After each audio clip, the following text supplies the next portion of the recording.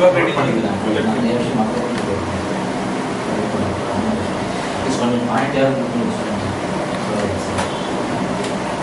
by this time you should be knowing a little bit Tamil.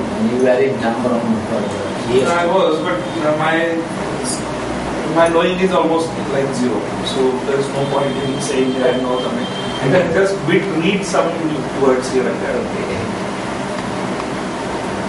So the past experience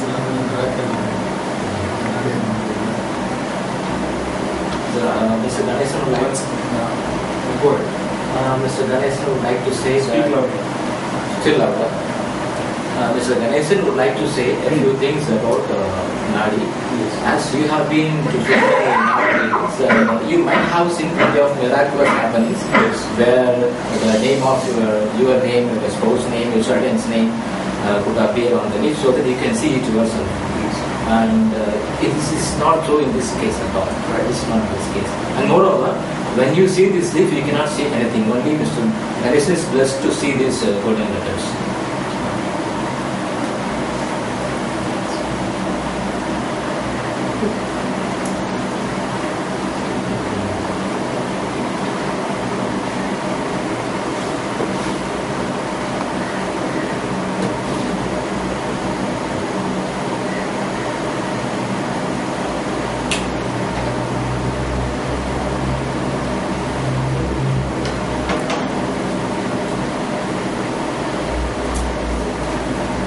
Am I supposed to say something?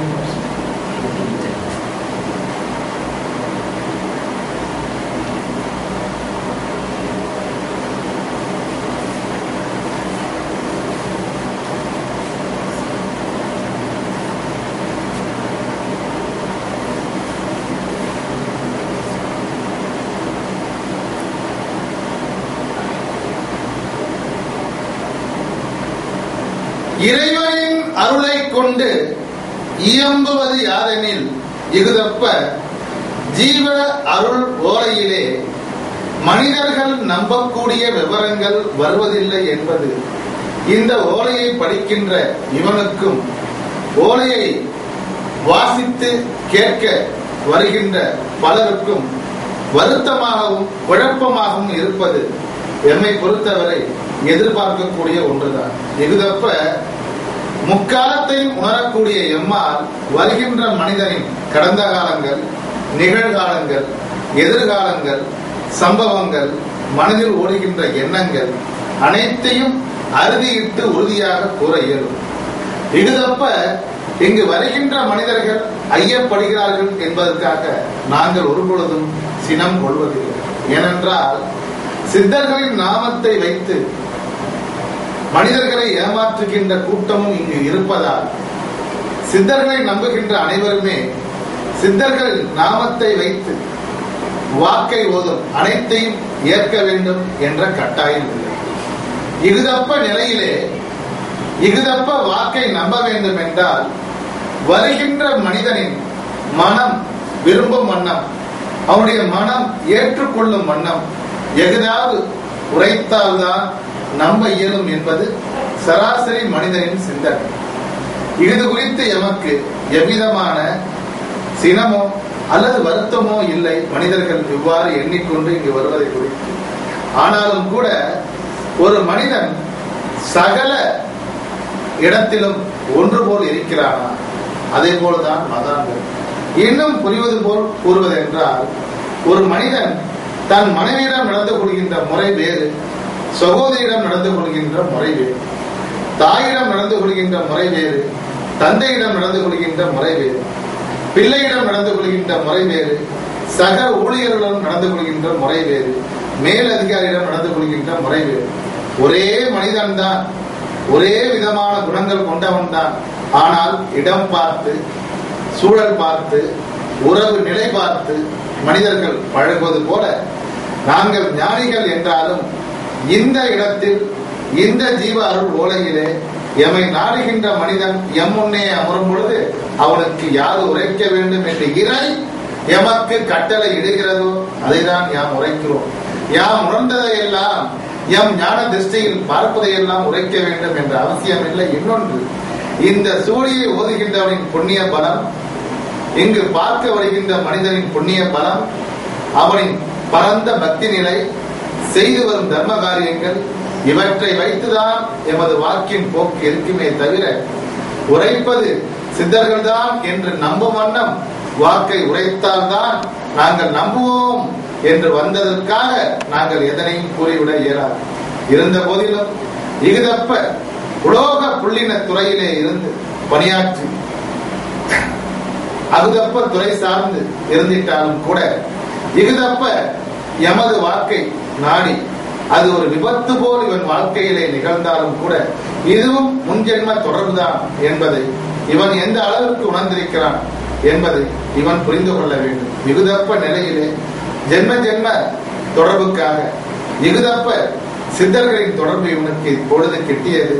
கிட்டிய அனைத்து சந்தர்ப்பங்களும் எமது வாக்குதான் என்று கூற இயலாது என்றாலும் கூட இவனின் நம்பிக்கையை பொறுத்து யாமே பல்வேறு தருணங்களில் இகுதப்ப இதன் மூலம் இவனுக்கு வாக்கை ஓதினாலும் இவன் அறியாதது என்னவென்றால் இகுதப்ப சுவடிகள் மீது மாளா காதல் கொண்டு இவன் அலைவதும் வாக்கை அறிவதும் அகுதப்ப வாக்கு நிகழ்வதும் சில நிகழாமல் போவதும் அது குறித்து இவன் ஐயம் கொள்வதும் ஆய்வதும் கூட ஒரு மனித நிலை என்றாலும் கூட யாம் கூற விரும்புவது என்னவென்றால் ஓலைகள் மூலம் இவன் வாழ்க்கையின் நல் வேலைகளை நாங்கள் கூறுவதை விட இவனுக்கு உள்ளே இருந்து பலவற்றை யாம் உணர்த்தி கொண்டிருக்கிறோம் என்பதை இத்தருணம் யாம் கூறுகிறோம்.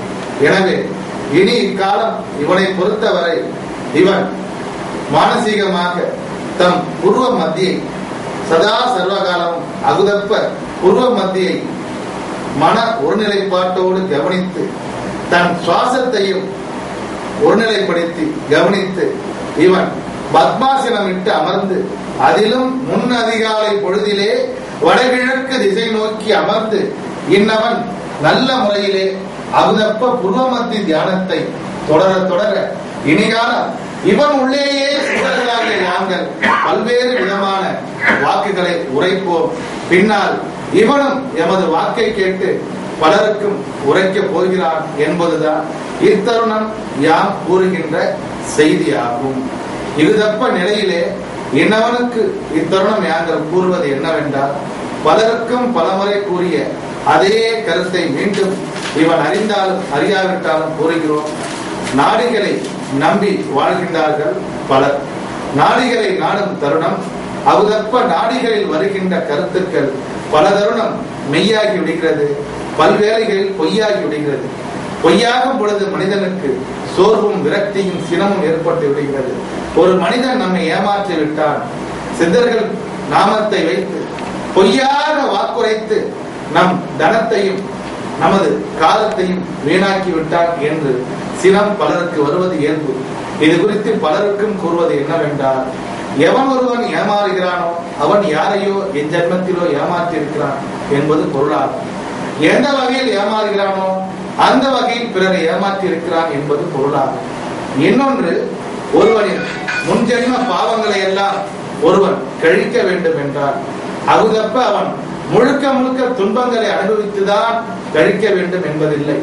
அவன் நேர்மையாக ஈட்டிய பொருளை அவன் அறியாமல் எவன் ஒருவன் அவனை வஞ்சித்து ஏமாற்றி எடுக்கிறானோ அப்படி அவன் இழந்த பொருள் மூலம் அவனின் முன்ஜென்ம பாவங்கள் அனைத்தும் மெல்ல மெல்ல குறைகிறது.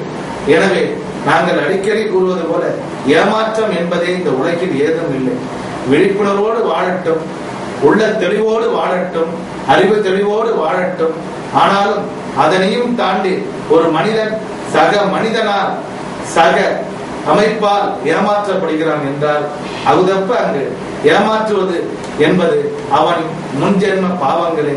எனவே ஏமாறுவது என்பது ஒரு வகையான பாவ கழிவு என்று எடுத்துக்கொண்டு விட்டால் உலகில் ஏமாற்றம் குறித்து எந்த நிலையிலும் யாரும் வருத்தம் கொள்ள தேவையில்லை.